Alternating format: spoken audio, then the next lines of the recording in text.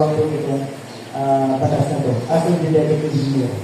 Yung profession po natin ay hindi limited sa pagsusukat lang ng mga land o isolated o partial land survey. Kasama po dyan, of course, yung paggagawa ng mga kalsada, yung horizontal and vertical control surveys and political boundary surveys. So land surveys to determine their needs and bounds and prepare the plans there or for typing and other purpose. Subdivision, consolidation, and ng mga titled properties, including ang titled properties.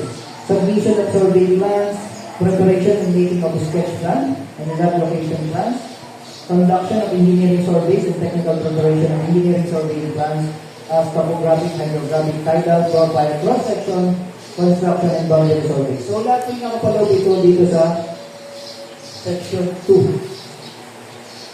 So yan po yung practice. Parcellary, gravimetric and photographic survey, surveying and mapping, survey to determine established line and grade of construction, construction and as taken and as built surveys for infrastructure projects, conduction of mineral and mining survey. So this number 13 kasi, hindi naman nakakalito dun sa layman o sa mga ordinary tao. Akala nila, as genetic engineer, tayo din yung nagsusukat ng mga minerals o yung natin mga composition ng underneath the ground or the soil. Sabi ko, ang trabaho po namin is limited. Yes, sunod dun sa pagbabaon ng mga markings. Pero yung nasa ilalim, to determine that, hindi na po natin sanglayan.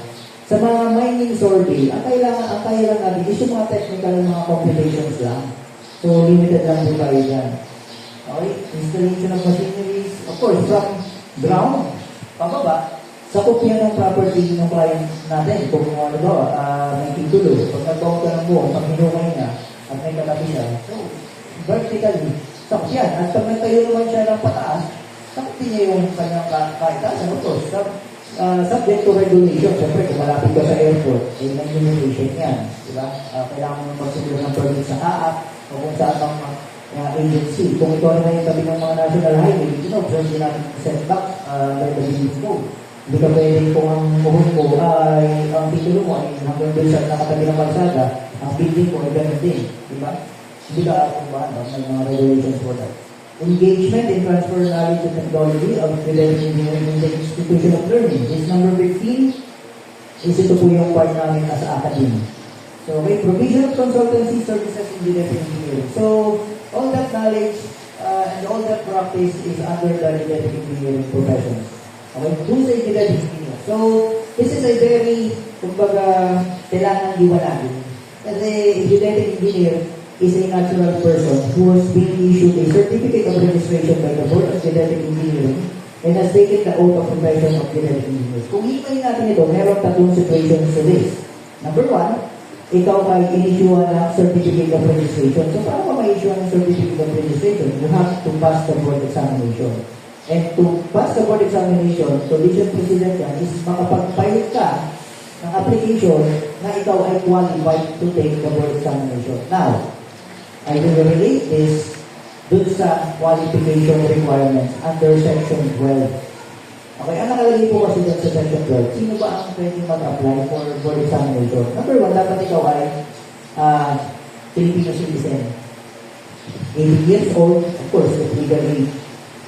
And wala ka dapat kumbaga disqualification, like kung may kaso, o ano man. Pero ang isang requirements din dyan sa Section 12, dapat ito ay graduate ng bachelor's degree or bachelor's in genetic engineering program of a school na accredited ng government o ng CHED o ng CHED. Okay? So, kasi kung papasahin mo yung batas na yan, ang nakalagay lang naman po kasi doon ay graduate ka ng school, ng PSDE. Iba po yan kung merong inilagay dyan na graduate of 5-year course. Anong impact yan sa inyo? Kasi bakit ko nabanggit yan? Several years ago, yun ang gusto nilang mai-amend at may palagay dun sa section na yan. And what will happen kung may palagay yan? Anong mangyayari sa India? Hindi kayo graduate ng 5 years o 4-year course, diba? Eh nakalagay lang naman kasi kung ay graduate bachelor's degree. Okay? So that is on the record. Yan ay naman ay talagang napag-usapan o umulong ng panahon ngayon na baguhin sa akin yung batas niya. Kasi for years ng implementation ng EDF, which is executive order po yan, yung President Ramos ng 26 po yung EDF niya. Hindi naman ganun ka sabihin natin kadami ang bumubuha. Recent na lang, nung napansin nila na meron pa ng program ng Developing Engineer under engineering program na under EDF. So, ang tinatanong, paano tinutulong, yung paano nangyayari na 1 year lang? Paano nyo sasabi sa kayo, paano nako-comply? Check yung mga subject, check yung mga professor, wala. So, wala naging hot issue kami, no? So,